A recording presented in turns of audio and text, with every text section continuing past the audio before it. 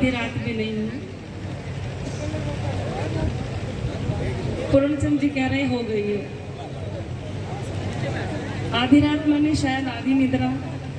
तो जोर से जयकारा लगाएंगे दोनों हाथ उठा करके।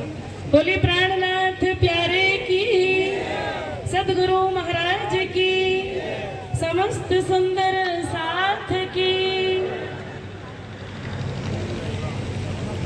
वंशी विभूषित करा नवनीरदाभा, पीताम्बरादरुणबिम्ब फलाधरोष्ठा, पूर्णेन्दु सुंदर मुखादरविन्द नेत्रा, कृष्णात् परं किमपि तत्त्वमहं न जाने। हे देव हे दैत्य हे भुवने के बंधु, हे कृष्ण हे चपल हे करुणा के सिंधु, हा नाथ हा रमन हा नैनाभिरामा, हा हा कदानुभवितासि पदं दृशोर्मे, हा हा कदानुभवितासि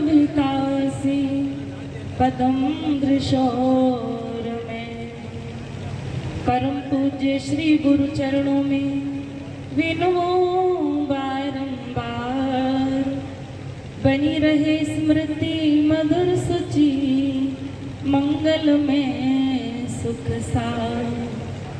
श्रद्धा नित बढ़ती रहे, बढ़े नित्य विश्वास, अर्पण हो अब शेष अब जीवन के सब श्वास, अर्पण हो अब शेष अब जीवन के सब श्वास। बोले कृष्ण कन्हैया लाल की, सदगुरु महाराज की, समस्त सुंदर साथ की। प्रातःस्मरणीय वंदनीय मंच पर विराजमान श्री श्री 108 श्री राम रतन दास महाराज जी, श्री के चरणों में कोटि कोटि वंदन। करनाल धाम से पधारे हमारे बीच में श्री श्री 108 जगतराज जी महाराज, जिनका आशीर्वाद लगातार 3 दिन से हम सभी को प्राप्त हो रहा है। बोले कृष्ण कन्हैया लाल की। और साथ में उनके सुंदर सुंदर भजनों को भी आनंद ले रहे हैं। करनाल धाम से उनके साथ में पधारे हमारे हर्षद भाई जी, उनको भी प्रणाम। अभी शेरपुर धाम से हमारे बीच में पालीवाल जी और कृष्णदास जी जो जा चुके, शेरपुर धाम को भी मेरा प्रणाम। यारपुर धाम से पधारे हमारे बीच में मेरे पीछे बैठे हुए हमारा श्री श्यामदास जी महाराज, उनको भी नमन। हमारी बहन साध्वी रेखा रुक्मणी जी, उनको भी प्रणाम। सभी संत वृंद, सभी संत गुरुजन जो भी यहाँ पर विराजमान हैं, उनको बारंबार प्रणाम। और सभी संगीतक मंडली, हमारे रमेश भाई जी, मदन भाई जी, और जितनी भी संगीत मंडली हैं, मुजफ्फरनगर से पधारे कृष्णदास जी, कृष्ण जी, सभी को हाथ जोड़ करके मेरा प्रणाम। प्रणाम सुंदर साथ जी, एक बार तो प्रणाम। और कोई भी चांडाल आसन में नहीं बैठेगा। चांडाल आसन जानते हैं ना, दोनों पैर मोड़ करके और हम जो ऐसे हाथ जोड़ लेते हैं उसी को बोलते हैं। तो शायद बहुत देर हो गई इसी आसन में बैठे बैठे, तो थोड़ा कमर भी सीधा कर लें और पैरों को भी पालथी लगा करके बैठ जाएं। मुझे भी दिखाई दे कि आप सीधे बैठे हुए हैं, लुढ़के हुए नहीं हैं, माने सोए हुए नहीं है, ऐसा दिखाई ना दे। बोलो प्राणनाथ प्यारे की। ए निध निर्मल अति घनी, दियो साथ नो सार, कोमल चित कर लीजियो जो रुदिर में निर्धार ए निध निर्मल अति घनी दियो साथनु साथ। स्वामी प्राणनाथ जी कहते हैं, सदगुरु महाराज ने आकर के बताया, ए निध निर्मल अति घनी, कौन सी निधि के बारे में वर्णन करते हैं? वो कौन सा निधि? माने खजाना, वे परम तत्व, वे परम धन, वो कौन सी निधि है जिसको कहा है निज नाम, जिसको कहा है तारतम, वे तारतम वाणी। ए निध निर्मल अति घनी, इतनी अधिक पवित्र है कि शब्दों के द्वारा उसको वर्णन नहीं हो सकता। ये तारतम वाणी, ये तारतम मंत्र, ये निज नाम इतना पवित्र है कि मुख से इसका वर्णन नहीं किया जा सकता, उसके लिए शब्द नहीं लाए जा सकते। दियो साथनो सार, सभी सुंदर साथ जी को ला करके सार रूप में सदगुरु महाराज ने हमें क्या कर दिया? प्रदान कर दिया है। कोमल चित कर लीजिए, लेकिन अपने हृदय में कौन उसको उतार सकता है? जिसका हृदय क्या है? कोमल है, निर्मल है। और कहते भी हैं, छल छिद्र मोहि कपट न भावा, निर्मल मन जन सो मोहि पावा। कोमल चित्त माने जिस हृदय में छल छिद्र कपट, कुछ भी विकार जब नहीं रहेगा और हृदय क्या बन जाएगा? कोमल बन जाएगा, तभी ये वाणी उस हृदय में टिक पाएगी। तभी तो हमारे दिल को राजी महाराज क्या बना करके बैठे हैं? अर्श बना करके बैठे हैं। और ये दिल अर्श कब बनता है? जब ये मानव, जब इस दिल को क्या बना लेता है? मुरली की भांति। जब ये हमारा मन, हमारा दिल वंशी की भांति बन जाता है। भगवान कृष्ण ने अपने अधर पर वंशी को धारण किया।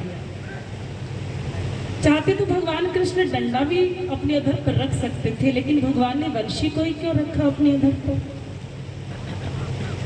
ऐसा वंशी में कौन सा सार है जो भगवान ने वंशी को धारण किया? क्योंकि आप देखते हैं कि वंशी के अंदर एकदम रिक्त स्थान होता है, खाली स्थान, कुछ भी अंदर नहीं होता। दोनों साइड से देखते हैं तो दिखाई देता है, कुछ भी उसके अंदर नहीं होता है। और उसके बीच बीच में क्या बने होते हैं? छिद्र बने होते हैं। तो भगवान ने वंशी को ही धारण किया, माने अपने अंदर जो कुछ भी नहीं रखता है, न संसार की निंदा, न चुगली, न बुराई, जिसके हृदय में कुछ नहीं रहता है, जो रिक्त रहता है, तो उस रिक्त हृदय में केवल कौन आकर के बसते हैं? वे कृष्ण आकर के, वे परमात्मा। वे जब निर्मल बन जाता है हृदय, तो उसमें आकर के परमात्मा की वाणी क्या करती है? वास करती है। और भगवान ने डंडे को नहीं अपनाया, केवल वंशी को अपनाया। डंडा उठा करके देखते हैं हाथ में तो क्या लगता है? ठोस होता है। ठोस डंडा अहंकार का प्रतीक होता है, ठोस वस्तु अहंकार का प्रतीक होता है। लेकिन वंशी के अंदर कोई विकार नहीं है, काम, क्रोध, ईर्ष्या, द्वेष, मद, मत्सर, इसने सब कुछ त्याग दिया है। अंदर से जो पोला पोला हो गई, किसी प्रकार का विकार नहीं है। सब विकारों को जिसने निकाल दिया है अंदर से, जिसने सब कुछ रिक्त कर दिया। और डंडा जो होता है उसके अंदर काम, क्रोध, ईर्ष्या, द्वेष, मद, मत्सर, ये सारे विकार होते हैं जो पूरा भरा रहता है। इसलिए डंडे को कोई पसंद, अगर किसी को डंडा दिखाए तो किसी को अच्छा लगेगा? डंडा किसी को अच्छा नहीं लगता। क्यों? उसके अंदर विकार होते हैं, अहम उसके अंदर होता है। तो भगवान ने डंडे को नहीं अपनाया। तो जब अपना हृदय हम वंशी की भांति कोमल कर लेते हैं, किसी प्रकार का विकार अपने अंदर नहीं रहता, तो ऐसे सब विकारों से रहित जब ये मन बन जाता है, जिसको कहते हैं रह भी निर्गुण होएगी और आहार भी निर्गुण, साफ दिल सुहागिनी कबू न दुखावे किन। किसी प्रकार का विकार जब नहीं रहता हृदय में, तभी जाकर के वाणी भी टिक पाती है। और जब तक विकार भरे रहेंगे, विकार माने संसार का वार्तालाप जब तक रहेगा, तेरा मेरा अपना पराया, छोटा बड़ा ऊंचा नीचा, काम क्रोध ईर्ष्या द्वेष मद मत्सर, जब तक ये विकार भरे रहेंगे तब तक वे वाणी हृदय में प्रवेश नहीं कर पाएगी। एक बार भगवान कृष्ण ने अर्जुन और दुर्योधन दोनों से कहा, देखो जब भगवान शांति दूत बनकर के आए तो कोई काम नहीं बना, तब एक निर्णय हुआ कि तुम दोनों मेरे पास आना, और सबसे पहले मैं जिसको देखूंगा उसी की इच्छा की पूर्ति करूंगा। अर्जुन और दुर्योधन, भगवान कृष्ण लेटे हुए हैं अपनी शैया पर। अर्जुन तो कोमल हृदय है, उसके अंदर कोई विकार नहीं है, राज्य का लालच नहीं है, हाँ उसके अंदर भक्ति है, प्रभु के प्रति प्रेम है।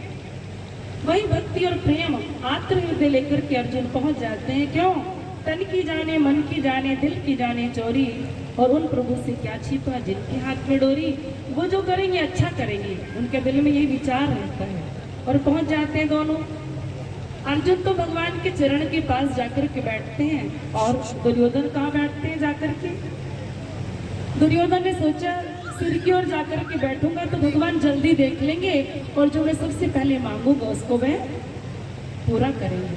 तो सिराने जाकर के कौन बैठ जाते हैं? दुर्योधन, और अर्जुन बैठ जाते हैं चरण की ओर। भगवान कृष्ण की आंखें खुली, जैसी आंखें खुली तो सबसे पहले कौन दिखाई देगा? जो चरण की ओर है। चरणों में अर्जुन बैठे हुए हैं, आंखें खुली, चरणों में देखा, अरे अर्जुन तुम कब आए? सिराने दुर्योधन बैठे हुए थे। अच्छा, अर्जुन तो दिखाई दे गया, लेकिन अर्जुन से पहले कई घंटे पहले मैं सिर के पीछे बैठा हुआ हूँ, आपको मैं दिखाई नहीं दिया। अच्छा दुर्योधन तुम भी आ गए क्या? आपको मैं दिखाई नहीं दिया। तो सिर के पीछे कौन बैठे? दुर्योधन बैठे, और चरणों में कौन बैठे? अर्जुन। भगवान ने पहले ही कहा था जो सबसे पहले मुझे दिखेगा मैं उसकी इच्छा की पूर्ति करूंगा।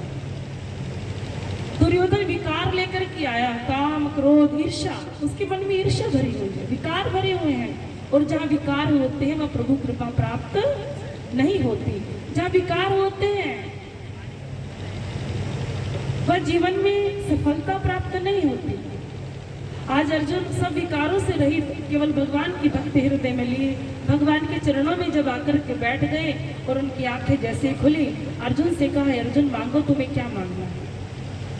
लेकिन अर्जुन ने, क्योंकि दुर्योधन पहले आया था, पहले आने पर भी वह सिर की ओर बैठा, लेकिन भगवान उसको देख नहीं पाए, और अर्जुन बाद में आने पर भी चरण के पास बैठा था, तो भगवान ने उसको जल्दी से देख पाए। अर्जुन ने कहा, प्रभु दुर्योधन पहले आए हैं, इसलिए आप उन्हीं की इच्छा को पूर्ण करो, मैं तो बाद में ही आया हूं। तो मन में जब तक विकार भरे हुए हैं तब तक प्रभु की कृपा प्राप्त होना असंभव है। प्रभु ने कहा, अच्छा मांगो दुर्योधन, तुम्हें क्या मांगना है? क्या मांगना है? एक और तो मेरी सेना खड़ी है, और एक और मैं निहत्ता हूँ, और निहत्ता भी माने मैंने वचन लिया है कि युद्ध में मैं अस्त्र धारण नहीं करूंगा। बोलो कृष्ण कन्हैया लाल। थोड़ी सी वॉल्यूम इसकी बढ़ा दे हल्की सी। तो मैं युद्ध में मैंने अस्त्र धारण नहीं करूंगा। किसने कहा? भगवान ने। अब दुर्योधन ने सोचा, इस अकेले का मैं क्या करूंगा? इनके पास में इतनी सारी सेना है, तो क्यों ना मैं सेना का वरण करूं? कब? मुझे आपका नहीं कुछ करना, आपका अकेले मैं क्या करूंगा जो अस्त्र भी धारण नहीं कर रही हैं, इसलिए आपकी पूरी सेना आप मुझे दे दीजिए, मुझे आप नहीं चाहिए। हे अर्जुन, तुम्हारे हिस्से में तो केवल मैं ही रह गया, और मेरी पूरी सेना दुर्योधन के पास चली गई। अब क्या होगा? कहा, प्रभु यदि आप मुझे पहले भी मांगने के लिए कहते ना, तो भी मैं आपकी सेना का वरण नहीं करता, तो भी मैं आपका ही वरण करता प्रभु। क्यों? क्योंकि आप सर्वस्व हैं, आप तो मायापति हैं। इस माया को लेकर के क्या करूंगा मैं? क्योंकि पूरी सेना के अधिकारी तो आप ही हैं। आप चाहे जितनी सेना बना दे, चाहे जितना मिटा दें, आप ही से सब कुछ चलता है। इसलिए प्रभु आपने यदि अंतिम में भी मुझे मांगने के लिए कहा तो भी मैं आपका ही क्या करता हूँ, वरण करता हूँ। इसलिए जब वो हृदय कोमल होता है, निर्मल होता है, तो साक्षात तो परमात्मा उसको मिल जाते हैं। इसी तरह से ए निधि निर्मल अति घड़ी दियो साथ नो सार, ये निर्मल और पवित्र निधि साक्षात प्राणनाथ जी ने लाकर के हमें दी। इतनी पवित्र है, पूरे पूरे ब्रह्मांड का क्या करने वाली है, अखंड को देने वाली है। मैं क्या देखी दुनिया जो इसको न करे अखंड, पूरे ब्रह्मांड को अखंड करने के लिए वाणी आई है। लेकिन अखंड कब होंगे, जब इस वाणी को हृदयंगम करेंगे, अपने अंदर का विकार धीरे धीरे करके जब निकल जाएगा, तो विकार को निकालने का एकमात्र साधन है सेवा और प्रेम। विकार को बहाने का एकमात्र साधन है केवल सेवा। वह संत सेवा हो, माता पिता की सेवा हो, मंदिर की सेवा हो, कोई भी सेवा यदि जीवन में हम अपना करके चल देते हैं तो वह सेवा हमारे जीवन का धीरे धीरे करके एक एक विकार दूर कर देता है और हमारा हृदय क्या बन जाता है, निर्मल और पवित्र बन जाता है। निर्मल और पवित्र हृदय में आकर के साक्षात वाणी वास करती है। और ये तारतम वाणी क्या है, साक्षात धनी का ही तो वांग्मय स्वरूप है, साक्षात कृष्ण का वांग्मय स्वरूप है, राज्य महाराज का वांग्मय स्वरूप ये वाणी है। और जब हृदय निर्मल बन जाता है तो साक्षात राज्य आकर के मेरे दिल में, मेरे हृदय में बैठ जाते हैं। ये वाणी और राज्य अलग नहीं है, ये कृष्ण और तारतम अलग नहीं है। इसलिए इस तारतम को कहा है कि निर्मल हृदय कर लीजिए तो ये तारतम आकर के दिल में बैठ जाएगा, साक्षात कृष्ण आकर के बैठ जाएंगे, साक्षात राज्य आकर के बैठ जाएंगे। तो निर्मल जब हृदय हो जाता है, साक्षात कृष्ण, साक्षात श्याम हमारा हृदय में आकर के वास कर जाते हैं और हमारा दिल ही क्या बन जाता है, अर्श बन जाता है। बोलो कृष्ण का नहीं है लाल की। क्योंकि मुझे समय दिया है, सभी को समय देना है, हमारे गुरुजन भी बैठे हुए हैं, तो मैं अपनी वाणी को यहीं पर विराम देती हूँ। बोलो श्री प्राणनाथ प्यारे की।